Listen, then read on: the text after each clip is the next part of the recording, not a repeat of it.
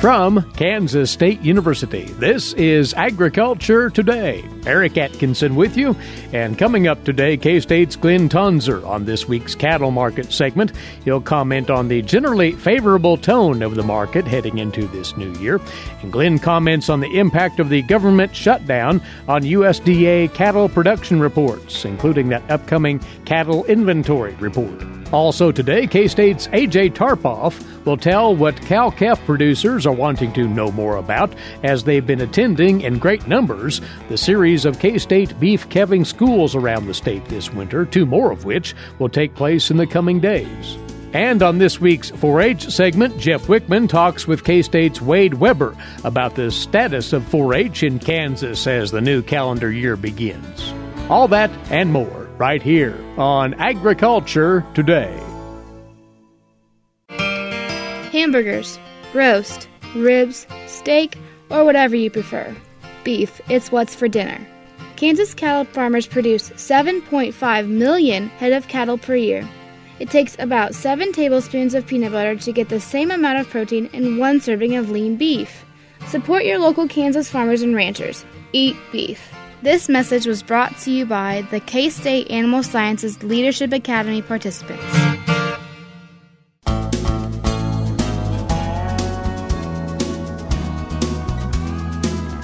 Welcome to our Monday edition of Agriculture Today here on the K-State Radio Network.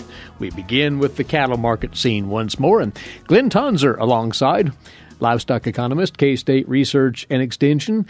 Glynn, it's always adventurous to get a handle on what's happened with the cattle trades over the holiday because of the obvious interruptions in the normal flow of things. But what's your read on the latest action there? Yeah, so I'll break that down with some numbers here, but I would encourage us not to overreact because the volumes are lower because of those holidays. Mm-hmm. The nearby February live cattle contract was just under 122 this past Friday. If we look back 2 weeks, which I like to do at this time of year, so back to December 21st, we're down $1 over that 2-week period. The January feeder cattle contract is just under 145. That's down about $2.50 over that same 2-week period. Before I break down the cash market, I would just say I think there's a broad set of macro concerns that continue to weigh on things here, and most of it is quote-unquote outside the cattle market, and I'll circle back to this on government shutdown and so forth, but anybody that's been watching the stock market, equity markets knows there's a lot of volatility and concerns about not just the shutdown, but policy uncertainty, whether or not the U.S. economy is going to slow quicker than we thought and so forth, and I think indirectly that's starting to weigh a little bit on some of the commodity markets, including the cattle complex. On the cash side, fed cattle, 5 markets, just under 123 last Friday. I will note we've continued to be either firm or upward on cash trade in the fed cattle complex since Labor Day. That's nice to see. Cash feeder cattle, very light receipts over that 2-week period. Lots of comments in the USDA reports, holiday effect on volumes, but also weather effects. Feedlots, particularly here in North, continue to be pretty muddy. That's impacting their ability and willingness to place, so that's messing with the feeder cattle complex a little bit. That being said, USDA called the general complex around the country for feeder cattle flat to a couple of cases of $4 or $5 up. One transaction, I wrote it down, the Dodge City report last week, a lot of 196 head, 821 pounds, traded at 137 for context for our neighboring listeners here. And then finally, I'll just note the cutout. We closed Friday at 214.5 on choice, and select was 207.66. In general, for the month of December, we were firm or higher on cutout, so that's nice and sets the stage for hopefully some good things here early in 2019. So the overall tone is very modestly favorable, and that's encouraging as we begin this new year. We haven't had a chance to reflect back on the USDA's December cattle on feed report, which came out just before the Christmas break. And what were the indications there to you, if anything? Yeah, so in that report, the short summary is there's no surprises. So the December 1st on feed number was up 2%, November placements down 5%, and November marketing's plus 1%, those being the year-over-year changes. All were in line with the quote-unquote pre-report expectations. So it was a non-mover from a report perspective. It is a good note to just remind our listeners of that. The other report I noted here real quickly was a cold storage report, which also came out just before Christmas. Beef stocks in storage were flat from the prior month and up 6% compared to the year-over-year changes. That's not necessarily surprising. Probably the most positive thing in this report from a beef perspective was both pork and poultry supplies were down more than 11% month over month, and they're just slightly up now year over year when they've been up more than that in the past few months. So on general, I would suggest the cold storage report indicates meat in general, and not just beef, but meat here is actually moving. That's a good thing. Those year-over-year increases are, roughly speaking, on par with just domestic production changes. So there's not a bearish tone in my eyes in that cold storage report, which is nice. Now, back to some of the broader issues, if we might, as you call them, the big picture points of discussion as we move into this new calendar year. And you brought up the overall macroeconomy and some of the lingering concerns there, and those may stick with this market for a while? Yeah, they certainly could. And, for context, I'll remind folks, we've had a very positive beef demand environment, both domestically and abroad, pretty much since 2010. I mean, there's some quarters that are down and so forth, but on balance, we've had notable positive consumer demand signals for the beef complex. It's been several years since we've had something adverse as the Great Recession. And I'm not here forecasting that's going to happen again, but I do think it's prudent for us to remember what happens in a recession. And beef demand tends to take a notable hit when we have a U.S. recession. Beef is an expensive item. I eat my share, don't take it the wrong way, but it is an expensive item that is sensitive to macroeconomic conditions. And when we have a recession, it's likely we'll have a demand pullback. In the past, we could stop there, but I think we got to go a little bit further now and highlight how the entire U.S. meat and livestock complex is more and more global and not just U.S. And there's a lot of reasons for that. I'll belabor here in a moment, but we have to take stock of not just U.S. economic conditions, but non-U.S. or global GDP and therefore global protein demand.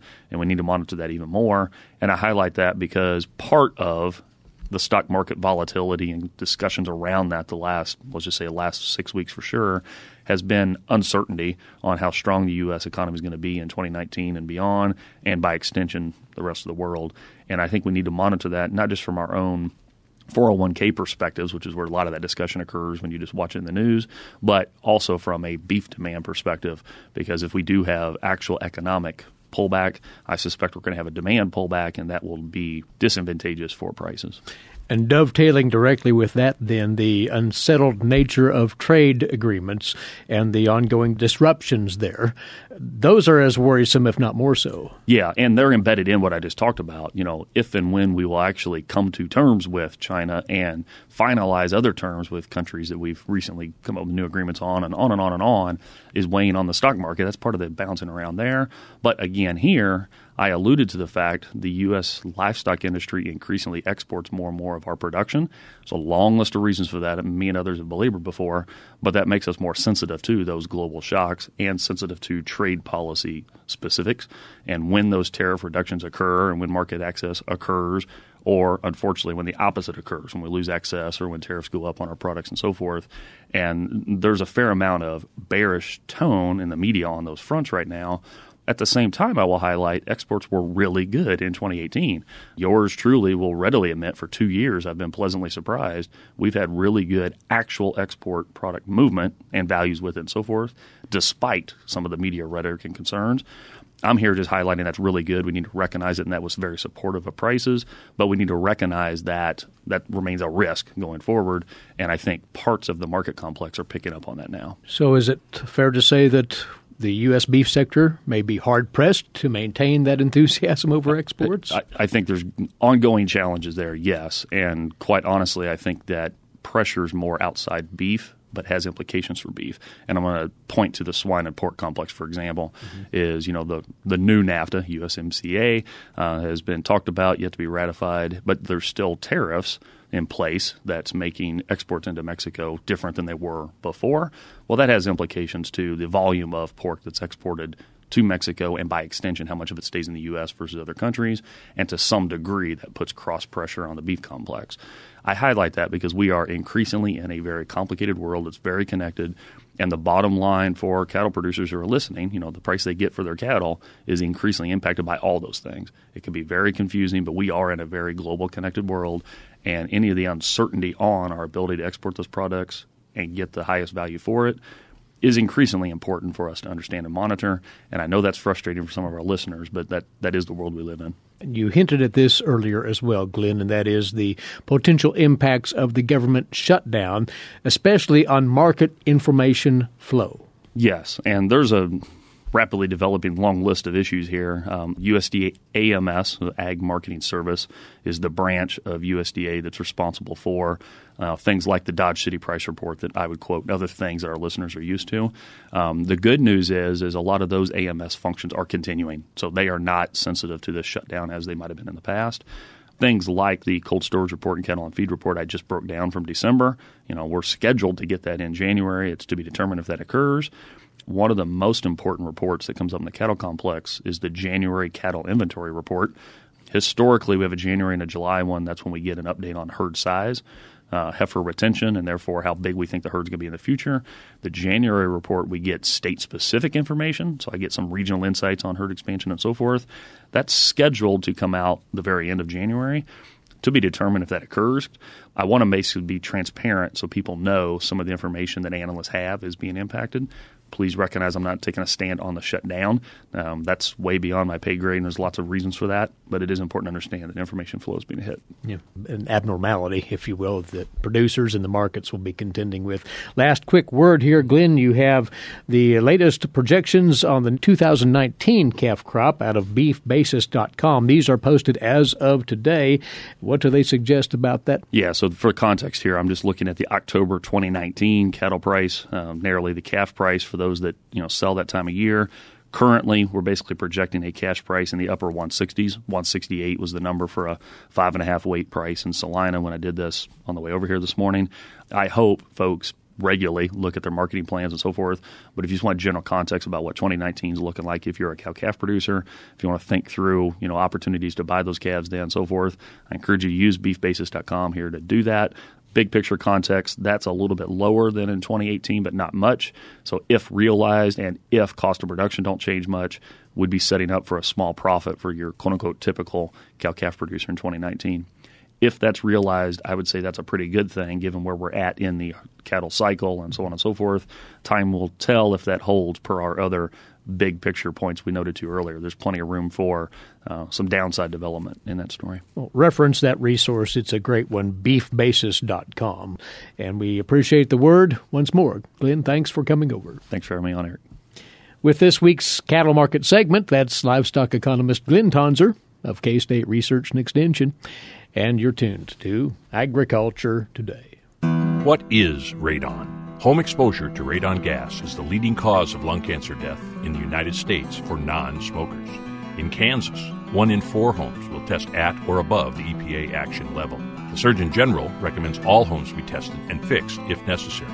Visit kansasradonprogram.org for more information. Test, fix, save a life. This message brought to you by the Kansas Radon Program, the Kansas Association of Broadcasters, and this station.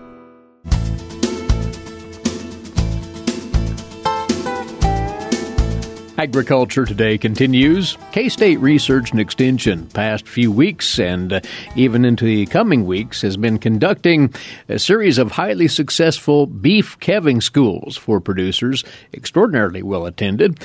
And so we brought by the organizer of those schools to talk a bit about what's interesting producers out there in as far as improving their calving success. A.J. Tarpoff is a beef veterinarian with K-State Research and Extension. A.J., as you and your colleagues have interacted with producers at these calving schools, what's the number one issue that they're contending with as they try to improve calving success? Okay, so we've improved calving success for years through genetic selection and proper plan mating and things of that nature. But what it comes down to is we always have some type of calving difficulty, dystocia, that, we need to intervene, but how do we intervene? I kind of break calving into 3 separate stages. And those stages, there's a lot going on the inside of that cow, it's all hormonally initiated. Things are happening. But what do we see on the outside? We have all this contraction, dilation, the birth canal is opening up, the cervix is opening up, and all we see on the outside is, maybe the cow doesn't quite come up to the hay feeder like she did yesterday. It's not as evident externally as it is internally. So things that we can see that we know we're getting a little bit close, she starts to, her udder, she starts to develop. She bags up, so to speak. And that happens a couple of days in advance of calving. So we see a noticeable change of beginning lactation. And after that, we see relaxation on the outside. her hips actually start to look a little bit more square. Her legs are a little bit further apart. She's starting to dilate, relax, and open up that birth canal. But also, she's uncomfortable. Okay, we need to keep in mind that, the calving, all the contractions, things like that, they almost look colicky. They stand up, they lay down, they're uncomfortable, they don't go to feed. So all of these can be signs that, hey, things are about to start. And then what we see is changing from stage 1 to stage 2. Stage 2 is the action stage of calving, and it begins with the water bag breaking and it ends with the calf on the ground. Now here's where we talk about some time frames. After that water bag breaks, and she's in active calving, and how we know she's in active calving, even if we don't see that water bag break, she is actively pushing. She's getting her abdominal muscles. She is hunched up. She may lay down, she may stand up, but she's obviously straining. Now, how long does it take? Well, the academic answer is, well, it depends. Right. But really, a mature cow, should be efficient. That water bag breaks, she goes into active labor, she's fully dilated, and that calf comes out pretty efficiently. Could be 15, 20, 30 minutes. Can be relatively normal. For a mature cow, if it's been an hour and she's not making progress, we got a problem, okay? So I like to call it the rule of an hour. If you're not seeing active progress within an hour, it's time to get her assessed and either intervene or call for help. So let's put this in a practical sense. You go out to the pasture and you go to roll out a bale of hay and you see one foot hanging out the backside of a cow. What do? Well, finish feeding. Okay, make note of who she is, but give her time. Don't interrupt her process, but give her a little bit of time. You finish feeding, you come back. Has she made progress? Do we see both feet and the nose coming through the birth canal? Do we have half the animal out? Or is it still that foot hanging out after 30, 45 minutes? If she hasn't made progress within that period of time, something's going on. Something is hindering the process, and it's time to get her in and try to assess her. Now, with heifers, the urgency may be amplified a bit, right? So the urgency with heifers, it can normally take a little bit longer for her to go through a normal calving process. So with heifers, we just want to make sure that they're actively making progress. If they stop making progress, so I still call it the rule of an hour, but it may take a little bit longer for heifers under normal circumstances. But we want to ensure that those heifers, we don't want them to exhaust themselves, okay? Number 2, we want to make sure that they're actively making progress through that period of time. But just realize that it generally takes a little bit longer for heifers to go through those steps than it does a mature cow. How to intervene appropriately here, and to what extent, and how does one make those judgment calls, AJ? Okay, well, number 1 is calm, cool, and collected. We want to keep these girls calm. We need to be able to restrain them appropriately for safety for her and safety for us, and then we need to diagnose the situation.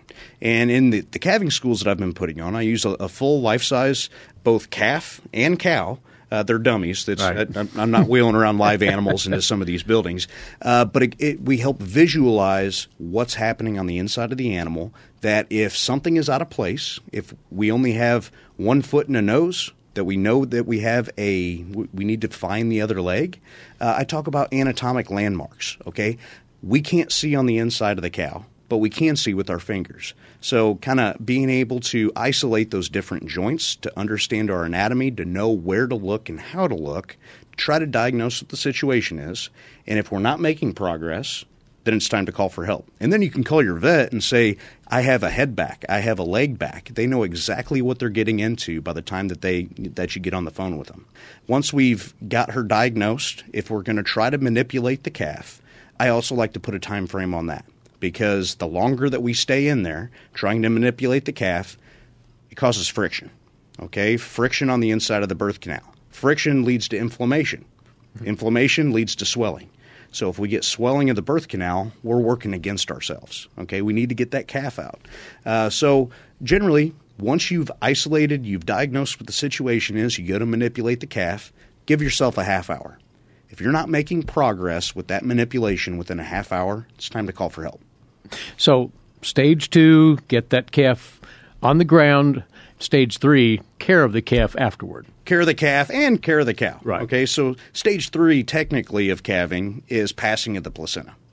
It may take several hours. Sometimes it comes right out with the calf, sometimes it doesn't.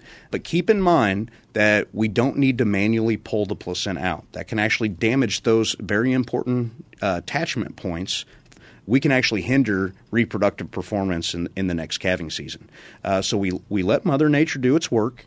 And really, if the cow does have a retained placenta, work with your vet. But really, our main goal is to control infection. And then the calf. Hopefully that calf gets up, breathes, and starts nursing. Those are the two most important things in that animal's life. So getting it to breathe. Number one, do not hang the calf upside down.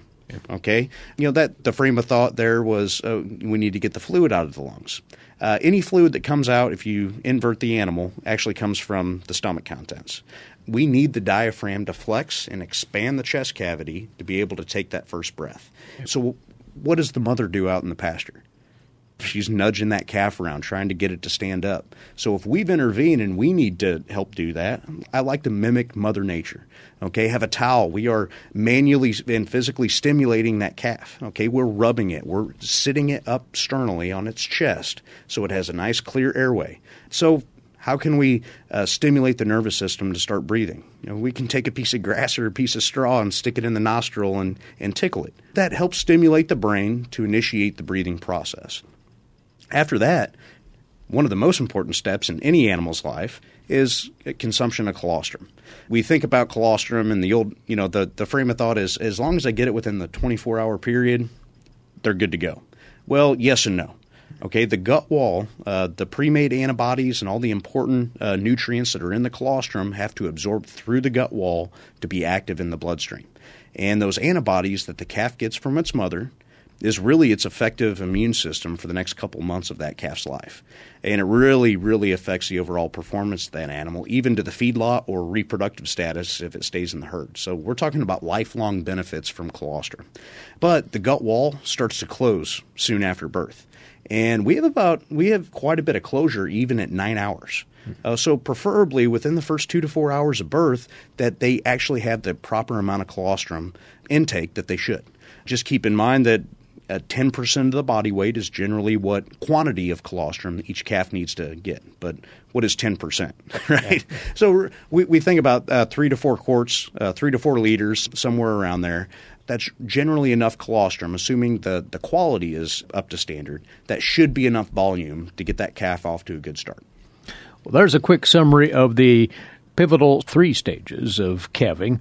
Now, you have 2 more of these calving schools upcoming in the next couple of weeks, AJ, and so those who didn't have a chance to attend the previous 5 can catch one of these, perhaps. Absolutely. So I'm really excited about the next 2 calving schools that we have planned in place. The first one is coming up Wednesday, January 9th in Russell, Kansas, okay, right off I-70, and it'll be at the Dole Spector Conference Center right off the main strip in Russell. The next one is the following week on January 16th in Montezuma, Kansas at the High Plains feedlot that they have their educational center that just went in. Yes, so we'll be a little bit in further western Kansas over the next 2 weeks, but these calving schools will have meals, so please RSVP with the local county office. If you need to find some of this information, please get to ksubeef.org, and on the right-hand column, we actually have the flyers and all the RSVP information right there available. Very good. Great overview. AJ, thank you for coming over and sharing these thoughts. You're welcome. It's a pleasure. Beef veterinarian AJ Tarpoff of K-State Research and Extension, and once more reflecting on some of the talking points that he presented on beef calving success at the recent calving schools that K-State has been conducting around Kansas. As he said, 2 more are upcoming, this coming Wednesday in Russell and the following Wednesday, the 16th of January in Montezuma. You can find out more details again at ksubeef.org. Agriculture Today returns shortly here on the K-State Radio Network. While many people know hunger is an issue in developing countries, it is also a problem in our own backyards. In 2010, 1 in 7 Kansans struggled to put adequate food on the table. 2 K-State Research and Extension programs are tackling this problem. The Family Nutrition Program and Expanded Food and Nutrition Education Program reach thousands of Kansans in more than 70 counties. They learn how to eat healthy with a low budget. For more information about these programs, visit ksre.ksu.edu.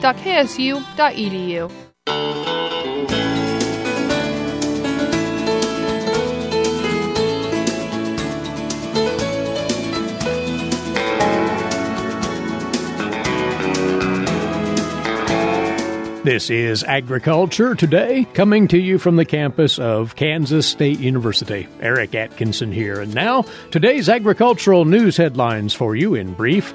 These courtesy in part of DTN. As you likely know by now, Kansas Senator Pat Roberts, the chairman of the Senate Agriculture Committee, announced this past Friday he would retire at the end of his term and not seek re-election in 2020. The 82-year-old Roberts, staunch defender of production agriculture and the safety net that supports farmers, he led the charge to ensure that crop insurance remained the centerpiece of the farmer safety net in the build-up to the 2018 Farm Bill just passed. The senator has served Kansas in Congress since 1981, first as a congressman until the 1996 election, when he moved to the Senate, in which he has served 4 terms. He is the longest-serving member of Congress to come from Kansas. Now, during his announcement made at the Kansas Department of Agriculture headquarters here in Manhattan on Friday, Roberts pointed to the National Bio and Agro Defense Facility being constructed nearby. He lobbied aggressively for that facility to be located near K-State and secured the funding for the project. He said the facility, quoting him, is the anchor of our state's new economy based on research infrastructure and, of course, agriculture. It will create jobs for our citizens and innovation for the world, in the senator's words. Now, Roberts' partner on the Senate Agriculture Committee, Ranking Member Debbie Stabenow, issued a statement saying, quote, throughout his career, Pat Roberts has been a true champion for American agriculture and for Kansas farmers, ranchers, and families. Stabenow went on to say, day in and day out, he defines what it means to be a consensus builder. And she added, it is an honor to serve with him. And she says, I look forward to working with him over the next 2 years on the important issues facing our farms and families. The USDA has confirmed expectations that the partial government shutdown continues to impact operations at the agency, including reports on the state of U.S. agriculture. Due to a lapse in federal funding, work on the National Agricultural Statistics Service and World Agricultural Outlook Board reports has been suspended until December the 22nd of 18 and then remains suspended, the USDA in its statement released. Given the lead time required for the analysis and compilation of the crop production, the World Agricultural Supply and Demand Estimate, grain stocks, winter wheat, and canola seedings reports, those reports will not be released on January the 11th as originally scheduled, even if funding is restored before that date, according to the USDA. As for the eventual release, the USDA said the date of all releases will be determined and made public once funding has been restored. Sources have signaled previously that it would take the USDA analysts about 1 week to complete their analysis of the data to facilitate the release of the reports. USDA Chief Economist Rob Johansson said that the department could potentially shorten that analysis time, including working over a weekend, if that would speed the release of the data. Now, during the shutdown, the USDA also halted the release of weekly export sales and daily export sales notices. That has left markets uncertain in terms of official confirmation of export business that typically would be released by the USDA. Any export sales made since December the 14th have not been publicly confirmed by the USDA. In another issue, the deadline for enrollment under the Market Facilitation Program remains January the 15th, and farmers who had delayed sign-up until the holidays and now seen Farm Service Agency offices shut down since December the 28th. The USDA has not announced whether it will extend that January 15th enrollment deadline. The secretary will be making that determination, was the only comment sent to DTN from USDA's press staff when asked about the possibility of an extension. Calendar items for you. K-State Research and Extension will be hosting 3 winter workshops this week focusing on alternative cropping systems for Kansas producers. Each of these is free to attend, but they're asking for pre-registration. There will be 2 of these taking place this Thursday the 10th, one in Osborne at 9 o'clock in the morning running until noon, and then on Thursday, January the 10th, in Grainfield at 3 o'clock in the afternoon running until 6 o'clock. The potential alternative crops to be discussed, including field peas, canola, others for north central and northwest Kansas. If you're interested in either of those taking place on Thursday, contact the Golden Prairie Extension District office in Grainfield or the Post Rock Extension District office in Smith Center to pre-register for either of those. And there will be a follow-up meeting on alternative crops taking place in La Crosse, the Walnut Creek Extension District, on Friday the 11th. This will get going at 8:30 in the morning. Once more, the discussion topics there will be field peas, cotton, and the production and economics of canola. They're asking you to make sure and reserve your spot at the Rush County Extension Office in La Crosse, an alternative crops workshop in La Crosse on Friday morning starting at 8:30. Now it's on to this week's edition of Tree Tales. Here's K-State forester Charlie Barden with that. Charlie? Celebrating conservation, past and present, will be the theme of the 12th Annual Kansas Natural Resources Conference to be held in Manhattan, January 31st and February 1st at the Hilton Garden Inn. Following the opening sessions, there will be over 70 concurrent programs and poster displays on a variety of Kansas natural resource topics, ranging from fisheries and wildlife to forestry, range, and water quality. One of my grad students will be making an oral presentation related to the burning of oak woodland study we have been conducting. And I will be presenting on documentation of the effect of streambank stabilization practices on erosion and aquatic habitat quality. New this year will be a mentor's breakfast where we'll link up students and professionals for a networking opportunity. A trade show featuring various commercial vendors and government agencies will also occur. For further details, go to the KNRC website at kansasnrc.org. Registration is just $120 if you sign up by January 15th, and that includes a lunch, breaks, and an evening reception. Attendees also receive a 30-plus page of conference proceedings with summaries of each of the talks and posters. The conference is sponsored by several professional societies and natural resource groups, including the Kansas chapters of these societies: wildlife, fisheries, foresters, soil and water conservation, and range management. The Kansas Grazing Lands Coalition and the Kansas Alliance for Wetlands and Streams also help organize the meeting, but you do not have to be a member of any of these groups to also participate. Last year, the conference attracted over 300 attendees, and the hotel room block filled up. So if you're considering attending, go to the website now at kansasnrc.org for the entire schedule, registration, and lodging information. The deadline to save money with early registration is January 15th, and to book a room is January 4th. I hope to see you in Manhattan for the Kansas Natural Resources Conference. You've been listening to Tree Tales. I'm Charles Barden, a forester with K-State Research and Extension.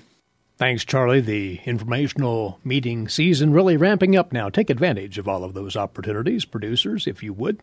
Jeff Wickman has this week's Kansas 4-H segment. That's next here on Agriculture Today. Legal and financial concerns surround the day-to-day management of the agricultural industry. Producers, ag creditors, and USDA agencies rely on Kansas Agricultural Mediation Services. If you've received an adverse decision from the USDA or have an ag credit concern, call today 800-321-3276 or visit us online. Kansas Agricultural Mediation Services, exploring options, generating solutions.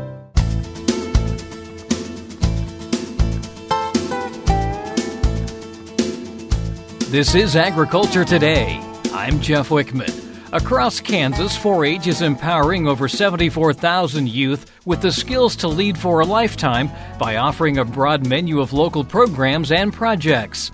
In looking at the state of 4-H in Kansas, State 4-H Program Leader and 4-H Youth Development Department Head Wade Weber says the program continues to develop new initiatives to meet the needs of today's youth. 4-H continues to be a vibrant and a dynamic experience in local communities, illustrating our local partnership with Kansas State University and really trying to create a clear pathway for young people to see their interests as they discover in their own creative efforts and as they engage in their local communities, and being invited into discovering what they could do with those interests as they continue on in their project learning locally, but also looking for ways to grow that interest in partnership with Kansas State University. It's one of the things that I'm so excited about and continue to want to grow and help us continue to be more dynamic in our relationship with local communities and the campus learning as well. And to me, that's one of the highlights and the hallmarks of Kansas 4-H, and we're going to continue to build upon that strength. And this last year, we made some significant strides to help strengthen that partnership and that relationship. So I really do think that where we're at here as we jump into 2019 is that the state of the Kansas 4-H program is trending very well. There's some tremendous positive momentum when it comes to new initiatives and partnerships, and I just think there's the opportunities in front of young people are more than ever before, and we're trying to make those as clear as ever. And so we want to say thank you to all of our volunteers and staff and parents who support the 4-H program this last year, and we're looking forward to a great step into 2019. And you're really going to put more emphasis on that volunteer role and that kind of one-on-one relationship. Yeah, well, one of the key dynamics within the 4-H learning experience is we know that 4-H lives at the local level. 4-H is substantiated by the investment of caring adults in local communities who gather young people together to turn around and say, hey, what could we learn together? What could we experience together? And how can we in turn share what we've learned and experienced with those around us? In other words, how can we make a difference in our neighbors' lives as well as enriching our own life through our learning together? And one of the key dynamics that we recognize in communities all across our state is that adults' time is valuable, and there's lots of different opportunities that not just young people, but also caring adults in our communities are asked to be a part of. And we want to know and continue to refine ways that we can empower and give that just-in-time information, resource, empowerment to our local volunteers, whether it be in a community club setting or whether it be with project learning or whether it be in helping facilitate a showcase experience like a fair or a club days or any other kinds of events where young people are coming together and sharing what they've learned or demonstrating what they've learned in the public eye. We know that local adults being a part of that is such a key component of helping us be successful in the 4-H youth development mission of empowering young people to realize their potential and then to turn around and serve in that capacity in the world around them. So we're looking for ways to be more intentional this next year. I know in weeks past you've talked with Shane Potter, our new volunteer specialist, and he's really refining our volunteer onboarding process and screening process and just helping identify the tools necessary to help our volunteers in local communities be successful and to have pride in where we're going as an organization. So again, volunteers are so key to what we're doing, and we couldn't do this program without them, and know that they're a valuable partner in helping achieve the mission of Kansas 4-H. You bring up Shane, but there are also, as in so many organizations, turnover and retirements especially, and you have several new staff members as well. Yeah, well, it's one of the things that I've always learned is change is constant. But the beauty of what we're doing within Kansas 4-H is our organization is something that people want to be a part of professionally, and at the same token are leveraging their creativity to help us achieve our mission. And that's one of the real great assets of the Kansas 4-H program. So most recently, we've had the opportunity to bring upon, just in 2018, 3.5 new staff. And with that, we've had an opportunity to hire within our areas to support our shooting sports education program as well as our natural sciences. And then also, in addition, we've had a half-time hire of a grad student, Taylor Flowers, who's been helping us with our food science initiative, taking one of the hallmarks of Kansas 4-H, which is food nutrition programs and food nutrition projects that they bring to the fair or demonstrate. And so whether it's a plate of cookies or biscuits or any kinds of vegetables even from their garden, those types of things. One of the things we're really excited about is she's giving us leadership to really ask ourselves the question, how can we grow the capacity of food science to be seen not just as an essential life skill for young people to learn, to feed themselves and to care for their own household, but at the same token, understand the nutritional value of those types of things that they're creating and they're putting into their own bodies, etc. And this is where the illustration of the partnership with Kansas State University really comes to play, is that how can we continue to highlight that food science is a dynamic and a very robust and growing field professionally that is needing a tremendously diverse skill set and interest areas for young people so that they can think about whether it's food production, which I think historically we've known about, within the 4-H circles, but also about food preparation, which again probably is more historically we've had that connection, but also knowing about things like food safety or transportation systems for food or food preservation and those types of things. What we're discovering is in a world that's incredibly mobile, the impacts of food quality in one part of the country has dramatic effects upon our neighborhood's access to food and the quality of food that we have as well. And so what does it mean to continue to empower young people to see their future as something that could be strongly influenced by their engagement in food science programs through 4-H? And those are some of the new areas that we're excited to partner more strongly with Kansas State University and their academic departments and giving an opportunity, firsthand opportunity for young people throughout 4-H to experience that locally in their clubs, but also in that invitational pathway of ongoing learning that could even result into a professional career through their involvement here at Kansas State University. The new 4-H year is actually a couple of months down the road now, but if someone is interested in getting into 4-H, they can do that throughout the year. Definitely. We have an open enrollment process within 4-H, so anytime a person discovers or hears about the 4-H learning experiences and opportunities that are available through Kansas State Research and Extension and the 4-H program within their local county, all they have to do is connect with that local KSRE office and inquire as to opportunities, whether it's to connect with a club or maybe come to a countywide learning opportunity or potentially an after-school partnership that 4-H has with a local school district. Any of those types of opportunities, young people are welcome to be a part of that at any time during the year. And obviously the process of making those connections to connect with other caring adults that want to encourage and highlight those learning opportunities, is something that's readily available anytime during the year. So we welcome that. That's State 4-H Program Leader and 4-H Youth Development Department Head Wade Weber. He says youth interested in joining 4-H can also find information online at kansas4h.org. And that'll do it for this edition of Agriculture Today. Along with Eric Atkinson, I'm Jeff Wickman. This is the K-State Radio Network.